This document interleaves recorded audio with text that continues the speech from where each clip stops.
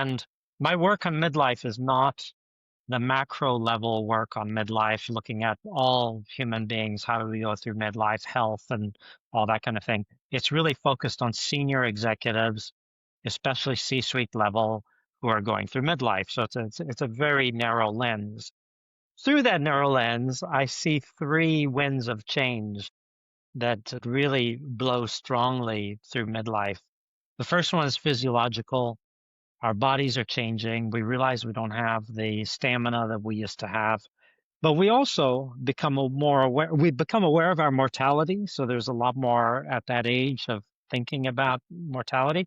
But we also become aware of longevity because we start to think, hey, I might live to 100, like you opened earlier. So that's the physiological wind of change. The neurological wind of change. The second one is the brain. And we often focus on the negatives there with the prefrontal cortex slowing down.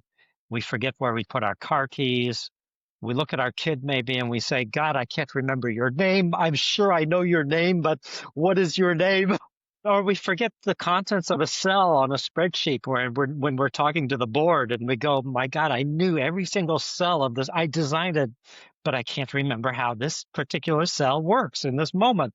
That's the prefrontal cortex that's slowing down. At the same time, we've got the two hemispheres that are talking more to each other, the right and left hemisphere. And the neuroscience isn't real clear as far as I know whether it could be a reaction to the prefrontal cortex slowing down so that the brain is rewiring so that it can continue to function.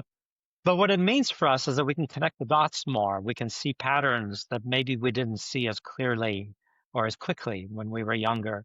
We become more comfortable with ambiguity and paradox. So we can hold two ideas longer in our head rather than needing to resolve them as quickly. So that's the neurological wind of change.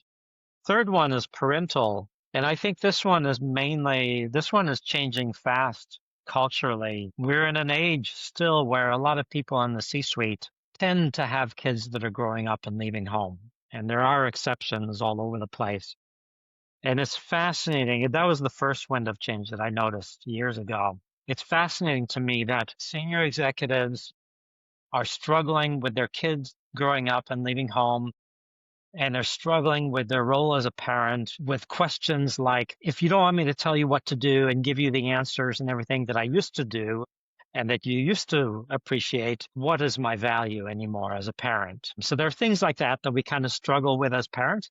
And it matches perfectly what's going on in the C-suite with leadership is how do I truly empower my people where I don't have the answers and my role isn't to tell them what to do. And it's a very similar parallel there. So I like how that plays out in people's lives.